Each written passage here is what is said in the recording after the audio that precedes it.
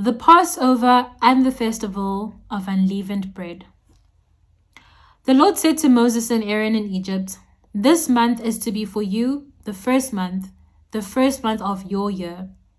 Tell the whole community of Israel that on the 10th day of this month, each man is to take a lamb for his family, one for each household. If any household is too small for a whole lamb, they must share one with their nearest neighbor, having taken into account the number of people there are. You are to determine the amount of lamb needed in accordance with what each person will eat. The animals you choose must be year-old males without defect, and you may take them from the sheep or the goats. Take care of them until the 14th day of the month, when all the members of the community of Israel must slaughter them at twilight. Then they are to take some of the blood and put it on the sides and tops of the door frames of the houses where they eat the lambs. That same night they are to eat the meat roasted over the fire along with bitter herbs and bread made without yeast. Do not eat the meat raw or boiled in water, but roasted over a fire with the head, legs, and internal organs. Do not leave any of it till morning. If some is left till morning, you must burn it. This is how you are to eat it. With your cloak tucked into your belt, your sandals on your feet, and your staff in your hand. Eat it in haste. It is the Lord's Passover. On that same night I will pass through Egypt and strike down every firstborn of both people and animals, and I will bring judgment on all the gods of Egypt. I am the Lord. The blood will be a sign for you on the houses where you are, and when I see the blood, I will pass over you.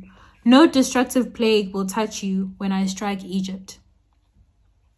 This is a day you are to commemorate. For the generations to come, you shall celebrate it as a feast to the Lord, a lasting ordinance. For 7 days you are to eat bread made without yeast. On the first day, remove the yeast from your houses, for whoever eats anything with yeast in it from the first day through the 7th must be cut off from Israel. On the first day, hold a sacred assembly, and another one on the 7th day. Do no work at all on these days, except to prepare food for everyone to eat. That is all you may do. Celebrate the festival of unleavened bread, because it was on this very day that I brought your divisions out of Egypt. Celebrate this day as a lasting ordinance for the generations to come. In the first month you are to eat bread made without yeast, from the evening of the 14th day until the evening of the 21st day. For 7 days no yeast is to be found in your houses, and anyone, whether foreigner or native born, who eats anything with yeast in it must be cut off from the community of Israel. Eat nothing made with yeast. Wherever you live, you must eat unleavened bread. Then Moses summoned all the elders of Israel and said to them, "Go at once and select the animals for your families and slaughter the Passover lamb.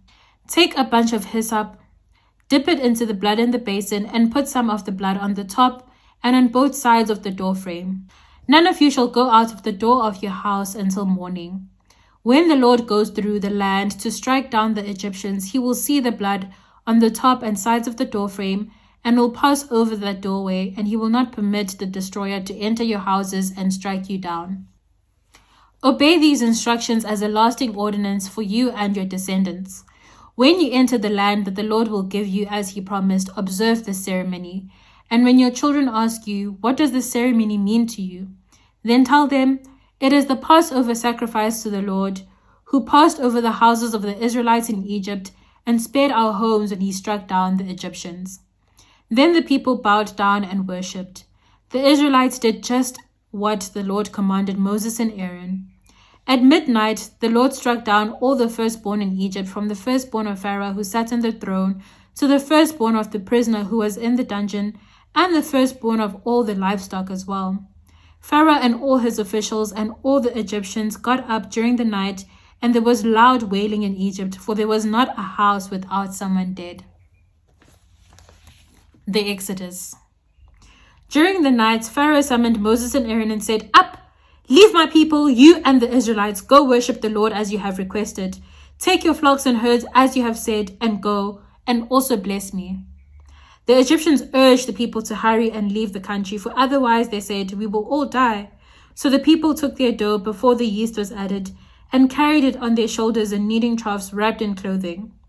The Israelites did as Moses instructed and asked the Egyptians for articles of silver and gold and for clothing. The Lord had made the Egyptians favorably disposed toward the people, and they gave them what they asked for, so they plundered the Egyptians. The Israelites journeyed from Rameses to Succoth. There were about 600,000 men on foot, besides women and children. Many other people went up with them, and also large droves of livestock, both flocks and herds. With the dough the Israelites had brought from Egypt, they baked loaves of unleavened bread. The dough was without yeast because they had been driven out of Egypt and did not have time to prepare food for themselves. Now the length of time the Israelite people lived in Egypt was 430 years. At the end of the 430 years, to the very day, all the Lord's divisions left Egypt, because the Lord kept vigil that night to bring them out of Egypt. On this night, all the Israelites are to keep vigil to honor the Lord for the generations to come. Passover restrictions. The Lord said to Moses and Aaron, "These are the regulations for the Passover meal. No foreigner may eat it. Any slave you have bought may eat it after you have circumcised him, but a temporary resident or a hired worker may not eat it. It must be eaten inside the house. Take none of the meat outside the house. Do not break any of the bones.